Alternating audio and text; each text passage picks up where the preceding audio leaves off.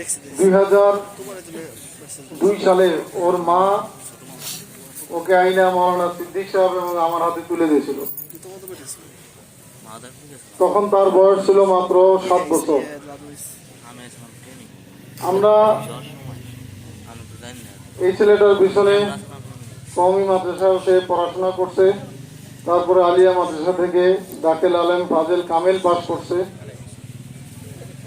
কামেল pass করার পরে এই গত বছর গত সেশনে সে কামেল শেষ করছে, একটা মাদ্রাসায় খেদমত করতেছিল। এই বছর আমরা তার বিয়ে শাদীর ব্যাপারে একটু চিন্তা ভাবনা করছিলাম, কিন্তু আল্লাহ সুবহানাহু ওয়া তাআলার হুকুম হয়েছে। গত রাত্রে সে রাত 10টা পর্যন্ত আমাদের ওই কামাল স্যার ওনাদের সঙ্গে একসাথে কথাবার্তা বলছে। সকালবেলা হঠাৎ একটু ঠান্ডা লাগছে, শ্বাসকষ্ট উঠছে, কয়েক মিনিটের মধ্যে সে আমাদেরকে ছেড়ে চলে গেছে। একজন ছেলে আমাদের মাঝে আসছে, আমরা তার পিছনে দীর্ঘ 22 বছর টানা মেহনত করছি। আল্লাহ পাক আবার আমাদের বুক থেকে তাকে নিয়ে গেছে। আল্লাহ তাকে শাহাদাতের মাকাম, জান্নাতের উঁচা মাকাম দান করেন। এই ছেলের জীবনে পড়াশোনার পিছনে আপনাদের অবদান সবচেয়ে বেশি। তার বাবা তার 5 বছর বয়সে মারা গেছে। তার মা তাকে আমাদের হাতে দিয়ে যাওয়ার কয়েক বছর পরে তার মাও মারা গেছে। তো মাও ছিল না, বাবাও ছিল না, তার একটা ভাই ছিল, সে আজকে বহু বছর বিদেশে, দেশে আসেও না, খোঁজ খবরও নেয় না।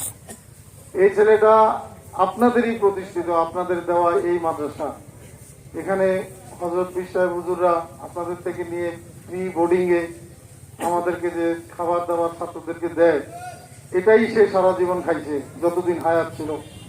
এবং কামেল পর্যন্ত আমরা এই ছাত্রদের থেকে কোনো বেতনের টাকা নেইনি, তাদেরকে একদম ফ্রি আমরা পড়াইছি। আপনাদের খেদমতের কারণে আমরা তাদের পিছনে এই মেহনতটা করার সুযোগ আল্লাহ তাআলা আমাদেরকে দিয়েছে।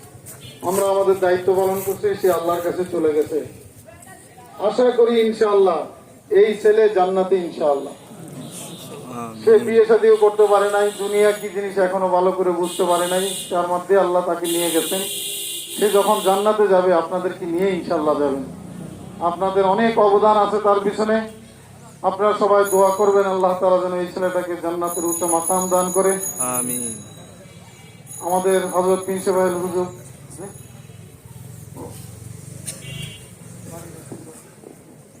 মাওলানা ফুরাদ ভাইয়ের বাড়ি হলো চরগজারিয়া, সুতারপাড় থেকে চরগজারিয়া।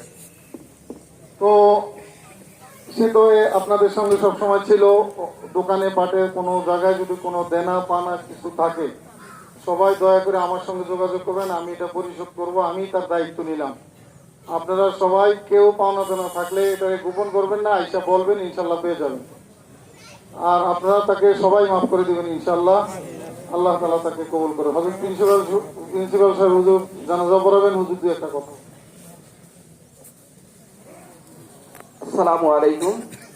সম্মানিত ভাইয়েরা, আমাদেরই ছাত্র, আমাদেরই সন্তান, আমাদের হাতে গড়া ছাত্র কামিল পাস করছে, এখন আমাদের মাঝ থেকে চলে যাচ্ছে। আমাদের আর কিছু বলার নাই, শুধু একটাই বলার, আপনারা তার জন্য দোয়া করবেন। আল্লাহ যেন তার কবরের আযাব, হাসরের আযাব, মিজানের আযাবকে মাফ করে দিয়ে জান্নাতুল ফেরদাউস নসিব করে দেন। আর সময় নষ্ট করা যাবে না, এখনই জানাজা হচ্ছে।